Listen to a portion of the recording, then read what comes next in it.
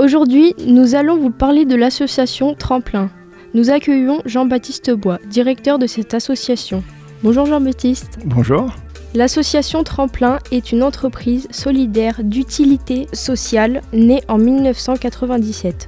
Vos ateliers d'insertion sont conventionnés par l'État. À l'origine, il n'y avait que l'atelier couture. Où en êtes-vous en mars 2023 ? La structure s'est bien développée. L'atelier de couture, petit atelier de couture qui avait démarré avec 4 salariés, a ensuite été complété par un atelier environnement dans les années 2000 et ensuite en 2018 par un atelier maison digitale, donc qui fait le reconditionnement informatique. Et ensuite on est venu ajouter des choses qui sont autres que des ateliers d'insertion, plutôt pour être dans l'accompagnement des citoyens, qui est des initiatives qui se profilent sur le territoire, avec le Repair Café entre autres et bientôt d'autres projets. Vous avez commencé avec 5 salariés. Combien de salariés avez-vous aujourd'hui ?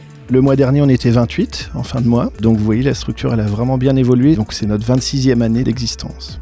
Au fil du temps, vous avez également embauché de plus en plus de partenaires. Pouvez-vous faire le point à ce jour ? Les partenariats, ils sont très très nombreux sur le territoire. Alors nous, ce qu'on aime au niveau de l'association, l'intérêt, c'est que si des choses existent sur le territoire, on essaye de ne pas se mettre en concurrence, mais par contre, on va aller plutôt sur des choses qui n'existent pas. Et donc, c'est pour ça que toutes nos activités, à la base, elles ont démarré. L'atelier de couture, il n'y avait plus personne pour faire de la couture. L'informatique, il n'y avait plus personne. Tous ces partenariats sur le local, c'est avec les entreprises, parce que nous, on a des salariés, mais qui sont salariés pour une courte période, en fait, à Tremplin. C'est 2 ans maximum.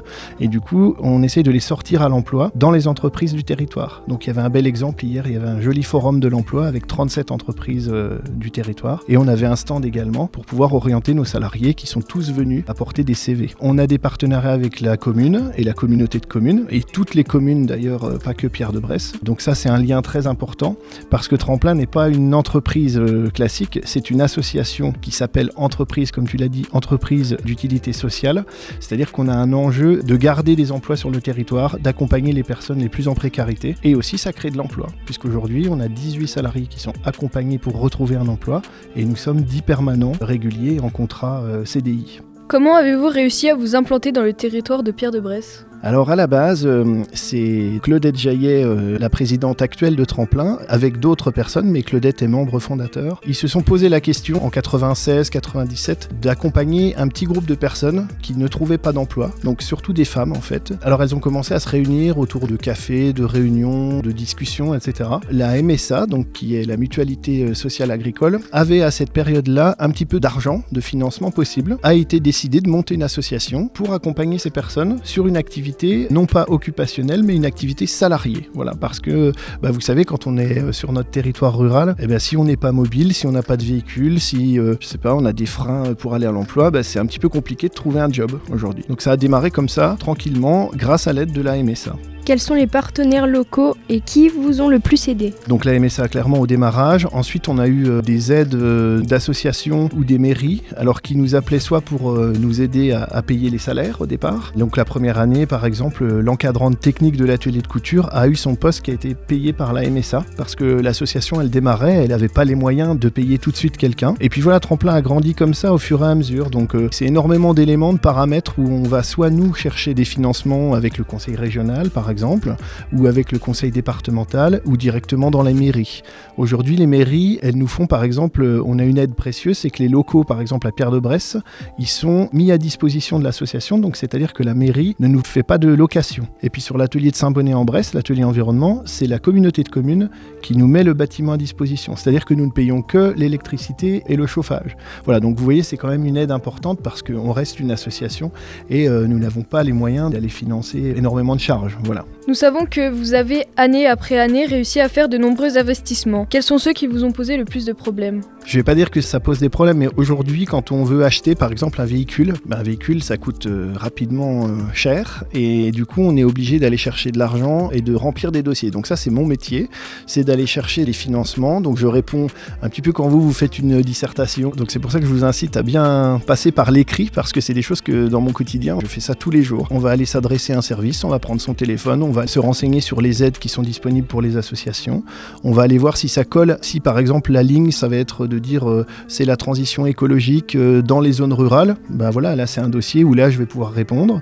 Et puis ça va me permettre de débloquer peut-être 3 000, 5 000, 6 000 euros des fois plus, des fois moins. Et donc on va essayer de monter plusieurs dossiers pour réussir à financer un véhicule par exemple. Ça représente une grosse partie du travail de direction, en plus de la partie d'accompagnement des salariés, des réunions d'équipe et de l'organisation pour chercher des chantiers. Avec le recul que vous avez désormais, de quoi êtes-vous le plus fier ? Moi, je suis vraiment fier de l'évolution de la structure. Voilà, ça fait 17 ans que je suis sur ce poste-là. C'était plus petit. Je trouve qu'on a une super équipe qui est dynamique. On a de plus en plus de liens avec le territoire. Le fait d'intervenir, comme aujourd'hui sur le collège, c'est aussi une reconnaissance pour l'association. Et on est ravis aussi que vous soyez venus nous solliciter pour questionner l'association. Et voilà, on espère qu'elle a de beaux jours devant elle. Nous, on est peut-être que de passage, même si le passage est un peu long dans mon cas. On est là pour aussi montrer que des villes et des communes rurales, elles peuvent aussi proposer des choses sympathiques et puis donner envie des jeunes ou des moins jeunes de travailler, de s'impliquer dans la vie citoyenne. Nous avons compris que vous ne cessez d'innover et d'améliorer la qualité et la diversité de vos prestations. Quels sont vos projets en cours pour les années à venir ?